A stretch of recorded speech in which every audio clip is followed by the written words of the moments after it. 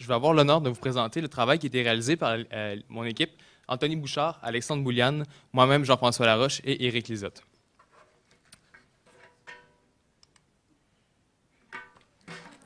Asher, dans son livre Métapolis ou l'avenir des villes, a écrit « Nous sommes dans une société où l'information occupe une place de plus en plus importante dans les activités économiques et sociales.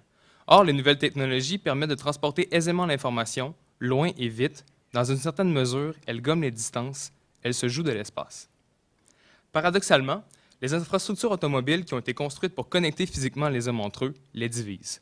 On voit ici l'impact des infrastructures routières sur la ville de Québec, et à droite, la manière dont on les divise en poches ségrégées d'habitation. Avec cette ségrégation physique vient aussi une homogénéité sociale. L'usage massif de l'automobile nous a laissé comme lieu de socialisation ces power centers et ces stationnements de surface qui composent aujourd'hui le paysage de la ville diffuse. On peut donc se demander si on a vraiment envie de se rendre dans ce genre d'endroit le samedi après-midi, faire un pique-nique avec sa famille.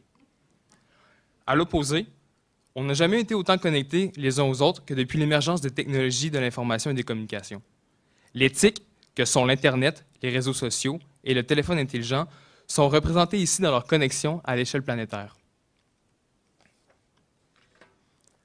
En se basant sur les modalités existantes de la Ville de Québec, le projet TIC Nerveux propose de créer un réseau métropolitain d'espaces de connectivité s'articulant autour d'une mixité de fonctions, d'usagers et d'expériences.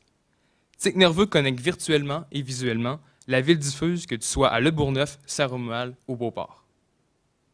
On peut donc maintenant se poser la question, à quoi ressemblent ces centralités de la ville diffuse? On fait face à des espaces tout à la voiture. C'est dur à croire qu'Anthony se fait plaisir en ce moment en marchant entre la piste cyclable et la route à 3 voies. Où avant on avait les files d'attente dans les caisses, maintenant on retrouve des endroits conçus pour la voiture où on retrouve cette espèce d'individualisation de la société. Par ailleurs, les commerces de restauration rapide sont passés d'un service rapide et froid à créer une ambiance décontractée qui incite à la détente et à la discussion. Il est temps de se demander si l'on veut vraiment que ce soit des endroits comme ce McDonald's de Beauport qui constituent l'avenir de nos places publiques. Pour l'équipe de TIC Nerveux, la réponse est non. Dans ces centralités générées par le tout automobile, la solution se trouve dans l'intégration des TIC et des changements de mode de vie qu'ils génèrent. La résultante est une place orientée sur l'accès à l'information. TIC Nerveux crée des centres banlieues connectés dans un cyber-territoire. Un premier exemple est leur influence sur la consommation. Maintenant essentiellement virtuels, les espaces physiques de vente sont appelés à réduire de taille au profit de nouveaux espaces de socialisation et d'une densification. Le rythme de ces places est donc modifié, plus lent, moins axé sur la consommation et plus sur l'échange.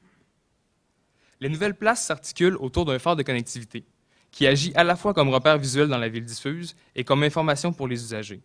Des images en temps réel, comme on voit sur le phare derrière, la place Samuel de Champlain ou le Capitole, viennent créer une perpétuelle ambiguïté entre les deux places. Nous sommes à deux endroits en même temps, vivant une double expérience in situ. Les TIC permettent aux utilisateurs d'optimiser leur temps de déplacement, de travail et de socialisation en utilisant les lieux dans toute leur diversité, comme le montrent ses profils d'activité journalière. Ainsi, Simon, le matin, peut étudier en ligne à Place Val-Bélair avec des collègues qui se trouvent à Lévis. Comme pour l'automobile, les lieux de travail et de loisirs s'orientent autour d'environnements individualisés. Le cubicule et le cinéma maison en sont des exemples frappants. Avec les TIC, les limites physiques des lieux de travail sont bouleversées. On peut maintenant, avec son portable, se déplacer d'un endroit à un autre et travailler dans un café ou sur une place publique, par exemple. Donc, ces nouveaux lieux de connectivité répondent aux travailleurs nomades. Le professionnel qui n'est plus tenu de se rendre quotidiennement au bureau réalise une économie de temps, de déplacement et d'argent, tout en créant une approche professionnelle multidisciplinaire.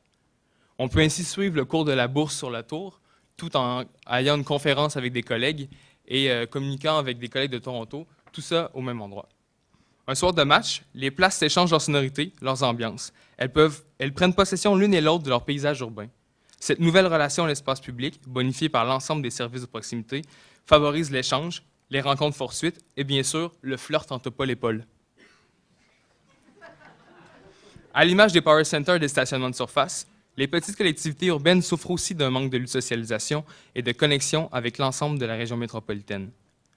Les seuls endroits qu'on peut retrouver dans des endroits comme Val-Bélair sont ces petits bancs publics ou cette table de pique-nique qui jouxte un bungalow. Pour le projet Tic Nerveux, l'intégration de bornes interactives permettant la connexion entre l'échelle locale et les pôles d'intensité facilite l'usage des transports en commun en indiquant instantanément les options de déplacement. On peut donc savoir rapidement quelle option pour se déplacer du point A au point B est la plus efficace entre le tram, le bus ou le vélo. À long terme, on imagine bien un retour au principe villageois de marchabilité où tous les besoins sont comblés par la mixité et la densité des fonctions. Les friches résultantes sont investies par des agriculteurs ou des parcs. Le but ici est de créer des centralités hyper connectées dans un cyber-territoire. Pour notre objet de représentation, on présente un lieu de connectivité générique à même un réseau métropolitain. Le débordement sur les tranches présente que l'intervention ne se fait pas dans un contexte fini, mais bien à l'ensemble de la région métropolitaine de Québec. La lumière représente la connectivité entre les différents pôles, tandis que l'orientation du bâti sur les bâtiments existants est orientée de manière à ne pas obstruer visuellement les façades de la tour phare. La phare n'est pas seulement un phare, c'est de l'information. L'information n'est pas seulement information, c'est un phare. Depuis environ une semaine, le nombre d'utilisateurs de Facebook est passé au-dessus du milliard. Juste après l'Inde et la Chine, il est le 3e pays le plus peuplé du monde. Il ne faut donc plus se demander ce que vous pouvez faire avec les tics, mais bien ce que les tics peuvent faire pour vous. Tic nerveux, merci.